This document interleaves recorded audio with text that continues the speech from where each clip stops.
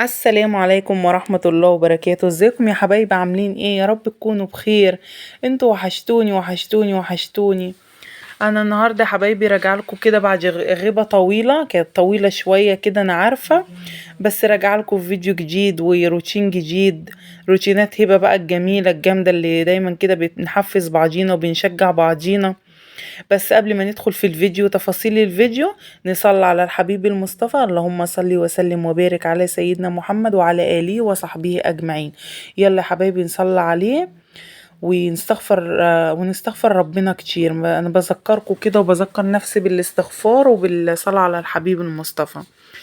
انا هنا النهارده يا حبايبي بقى ايه، راجعه لكم كده بروتيناتي.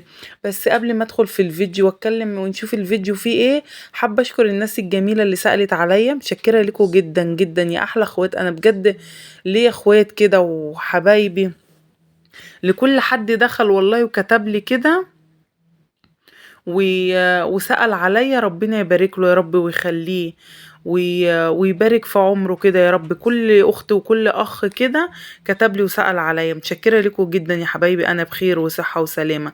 ادعوا لي كده دعوه حلوه كده من قلوبكم، ان انا افضل بقى معاكم كده ونشتغل كده مع بعضينا واطلع لكم في فيديوهات كده على طول ان شاء الله بامر الله.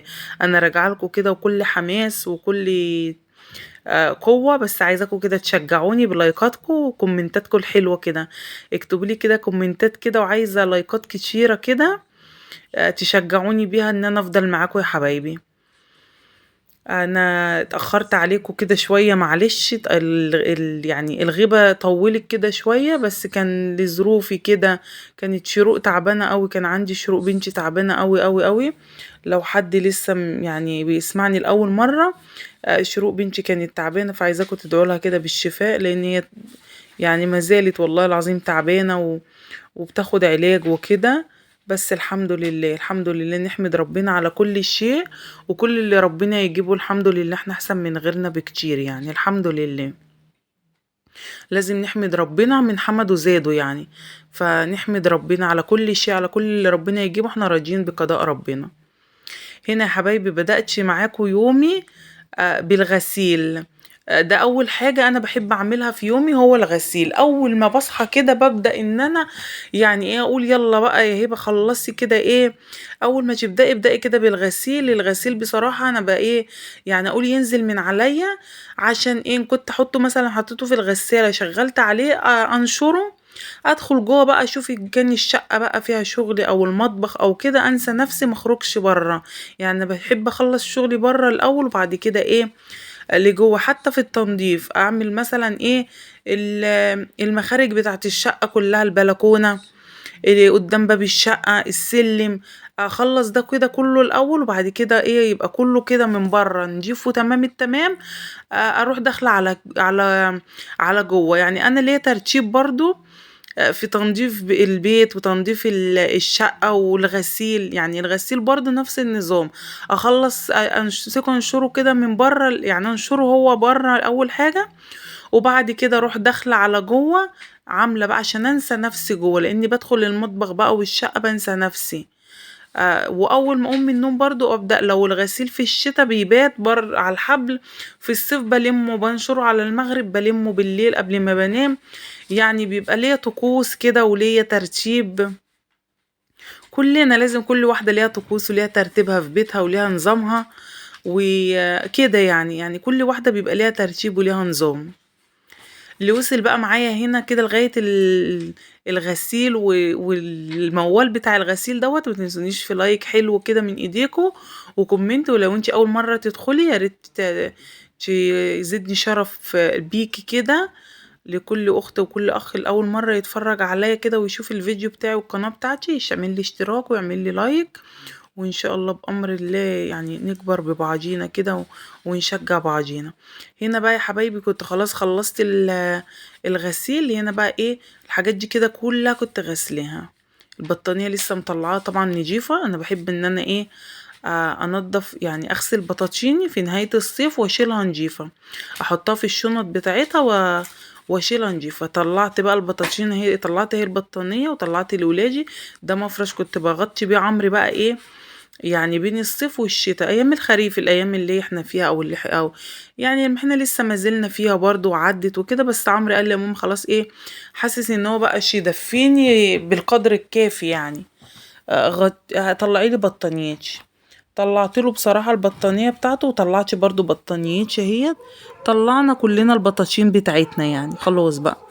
الكبريتات بقى بدأت ان انا ايه، غسلت الكبريتة برضو، كنت مديلي شروق كبريتة غسلتها وشلتها. المفرش ده اديته لعمرو بيحب يتغطى بيه قوي. حتى مفرش جوازي، المفرش اللي انا بتاعي وانا عروسة، اللي هو المفرش بتاع العروسة دوت اللي هو بيبقى مليان الفايبر وكده، هو ده برضو بيحب ياخده ويتغطى بيه. بقول خلاص انا كده كده يعني ممكن افرشه برضو من وقت للتاني. بس هو ما بيحب يتغطى بيه، بيحب يتغطى بيهم قوي. هو كده كده الحاجات دي ما بتدوبش بقى، يعني الحاجات ديت ما بتدوبش. ف وشايلاها فما بتدوبش وجديده زي ما هي. فما بيجي يقول لي ماما الله ده شكله جميل ادينا اتغطى بيه هو او شروق، فبديهولهم. بطلعه يعني، هنحوش الحاجه على ايه؟ ندوب الحاجه احسن ما الحاجه تدوبنا. اهو بصوا هنا بقى يا حبايبي اهو، بدأت ان انا اطبق الغسيل بقى كله. غسلت بقى لميته ده لميته، وبعد كده نشرت. عمرو بقى بيقول لي متابعيني وحشوني هيسلم عليكم. اسلم يا عمرو عليهم اهو.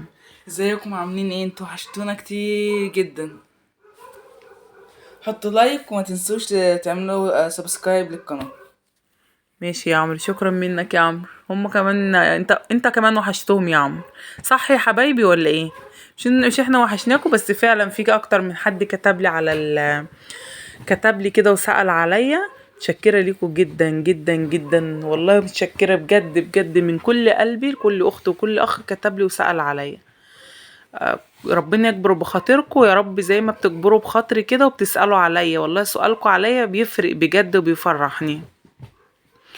عايزاكم بقى كده تشجعوني عشان افضل معاكم على طول ونصور مع بعضينا، والقناة تكبر بيكوا وليكوا، تشجعوني كده بالايه، باللايكات والكومنتات. عايزة بقى كده ايه، كل حد كده دخل كده عندي قناة تثبتوا وجودكم كده بالايه بكومنت حلو كده من ايديكم. بصوا حبايبي بقى هنا ايه، طبقت الغسيل وهبدأ ارصه كده على طول. اطبق وارص. طبعا بص دولابي متستف ومتظبط ومترتب ومنزله الشيت، وكان نفسي والله اعمل معاكم، اصور معاكم الفيديوهات دي كلها بتاعت اللي هي تنزيل الشتوي وترتيب الدولاب وتنظيفه وكده. بس والله معلش بقى ايه، الظروف اللي كانت عندي وعيا شروق هو اللي كان حيشني عنكم. يعني انا ما يحوشنيش عنكم ولا الشديد القوي بجد. والله بجد ما يحوشنيش عنكم الا الشديد الاول، لاني بجد اتعلقت بيكوا وتعودت عليكوا وكان في تفاعل معايا. فان شاء الله اللي جاي هيبقى احسن يعني ان شاء الله. ابص بقى طلعت البطانيه، مش قادره اقول لكم بقى وانا مطلعاه كده اهوت ريحتها جميله. لاني وانا بغسلها بعد ما بغسلها حلوه، او انا بحب اغسل بطاطشيني بالاريال او ببرسيل. يعني بحب ان انا اغسلهم بحاجه تكون ايه، قويه كده، تحس ان البطانيه تبقى مزهزهه كده وتبقى نظيفه. وبعد كده بحب اعطرهم بقى باللي هو معطر الملابس بقى. فمش قادره اقول لكم والله، وانا بفردها كده وبلمها وبطبقها وكده هو هبدا بقى احطها على السرير. كانت ريحتهم جميله، حتى فضلوا يقولوا لي يا ماما البطاطين ريحتها جميله فعلا. لاني بحفظها من بعد ما بنشيلها بقى، بعد ما بغسلها واشيلها بحفظها في الاكياس بتاعتها وبقفلها بالبلاستر، بقفل عليها بالبلاستر. هبقى ان شاء الله بامر الله انا عشت واحياني ربنا هبقى اوريكم انا ببقى مقفلاها ازاي ومغلفه ازاي. تطلعيها من السنه للسنه والله العظيم بتبقى ريحتها ريحه المسحوق والمعطر فيها. بصوا انا الملايات ديت كلها، يعني كنت شايله الملايات امبارح ومنضفه الشقه كلها امبارح، وكنت جايه واخداها مسحه حلوه كده محترمه. فالملايات نضيفه لسه ما توسختش ولا قيرت ولا اي حاجه خالص. فالملايات زي الفل، عشان كده نضفتها بس كده يعني ايه، خدتها كده مطرح الغسيل اللي لميته، الغسيل اللي لميته كده. وبدأت ان انا ايه، انا يعني نفضتها كده تنفيضة من على الوش بس. وفرشت الملاية تاني زي ما هي، يعني زي ما هي نضيفة والله ما لحقتش اي حاجة خالص. لاني فرشه امبارح ومنضفه امبارح الشقه كلها. كان نفسي اصورها معاكم بس ان شاء الله بامر الله. شجعوني انتوا بس كده وحفزوني، وانا ان شاء الله بامر الله. وربنا يبعد عن ولادي كده الوحش والمرض يا رب، يبعد عننا كلنا المرض. ربنا يبعد المرض عننا كلنا يا رب. واحنا ان شاء الله نبقى كده ايه، يعني واصور معاكم على طول وانزل لكم روتيني اليومي ان شاء الله بامر الله. اللي وصل بقى معايا لغايه هنا متنسونيش في اللايك، هفضل اقول لكم طول الفيديو متنسونيش في اللايك والاشتراك في القناه يا حبايبي. دخلت هنا بقى كده على المواعين. انا بعد ما خلصت الترتيب بقى كده الاوضه والغسيل والكلام ده، نزلت طبعا جبت حاجات من تحت كانت ناقصاني وكده، ورجعت طلعت بقى هنا ايه اكملت تاني. يعني نزلت جبت حاجات وطلعت بقى كملت تاني. بصوا بقى هنا ايه، عندي حبة هم هدول حبة المواعين اول عن اخر. ما كانش عندي مواعين كتيرة، يعني هو اللي فاض بس كده من ايه، من الغدا من الفطار. حاجات كده الفطار وحاجات كده كانت في التلاجة فضيتها، لاني يوماتي لازم ابص على التلاجة. مش بحب ان انا يعني حاجة كده حسيت خلاص، فبحب ان انا يعني ايه افضي اظبطها اول باول.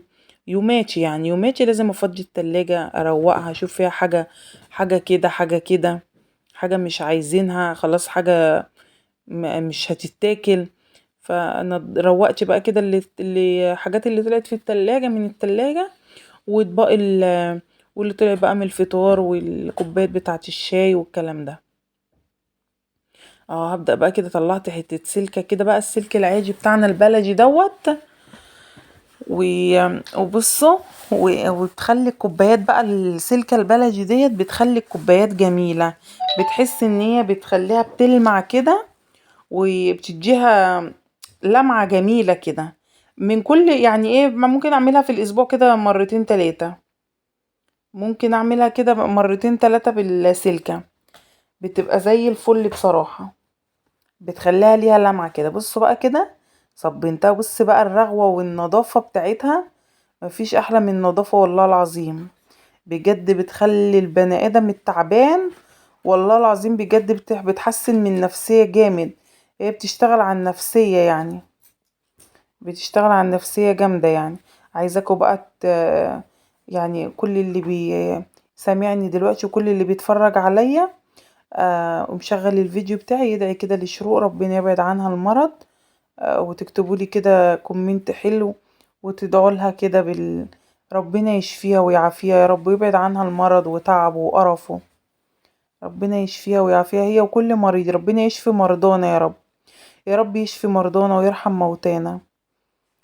بصوا حبايبي هنا بقى كده بدأت ان انا ايه اصبن المواعين. بتبقى ايد هنا وايد هنا وانا بصبن، ابقى مثلا حاطه حاجه على النار، ابقى بصي على البوتاجاز شويه والحوض شويه، والست الشاطره بقى اللي بتبقى واقفه ايد هنا وايد هنا. وانا ممكن ادخل المطبخ انسى الدنيا والله العظيم واطول فيه جامد، لاني ببقى واقفه كده ايه، يعني ببقى واقفه اللي يطلع اعمله اللي يطلع اعمله. بصوا بقى ديت اللبانة الجزرولة بتاعة اللبن، هتبقى بالسلكة بقى والله العظيم ايه قشطة كده بتلالي، بتخلي الألمونيا كده ايه بتزغرط بتزغرط والله العظيم من نظافتها. انا كنت جايبة واحدة جرانيت، حتى كنت مصوراها معاكم في المشتريات. كنت جايبة واحدة جرانيت كانت جميلة والله، هي جميلة مش وحش، بس والله ما استعملتها. بعد ما جبت الجرانيت شفت ديت بقى عجبتني، بحس اني واخدة فيها راحتي. اللبن مثلا لزق، اللبن شاط، اللبن ببقى واخده راحتي. حته سلكه بصي بتخليها شكلها اصلا ايه، بتخليها قشطه. انا بصراحه برتاح ديت وباخد فيها راحتي عن الجرانيت. والله انا الجرانيت ما استعملتهاش اصلا خالص. فديت بقى اللي جميله، انا حباها ومرتاحه لها. وعندي واحده برضو ستانلس بس بتاخد نص كيلو، ديت بتاخد كيلو. الجزرولة دي بتاخد كيلو، لكن اللبانة الستانلس الصغيرة بتاخد نص كيلو. بصوا دخلت هنا بقى كده على الكام طبق دول، وخليت كده ايه يعني إيه المطبخ بقى كده، هو الحوض طول ما هو رايق انا ببقى دماغي رايقة. لكن المطبخ يبقى الحوض بيبقى فيه مواعين، تحس ان المواعين بتولد، والله العظيم بتحس ان المواعين كده بتولد. اهو بدأت كده ان انا ايه اعمل. متنسونيش بقى يا حبايبي في اللايك والاشتراك في القناة، وده الغدا بتاعنا. السلام عليكم ورحمة الله.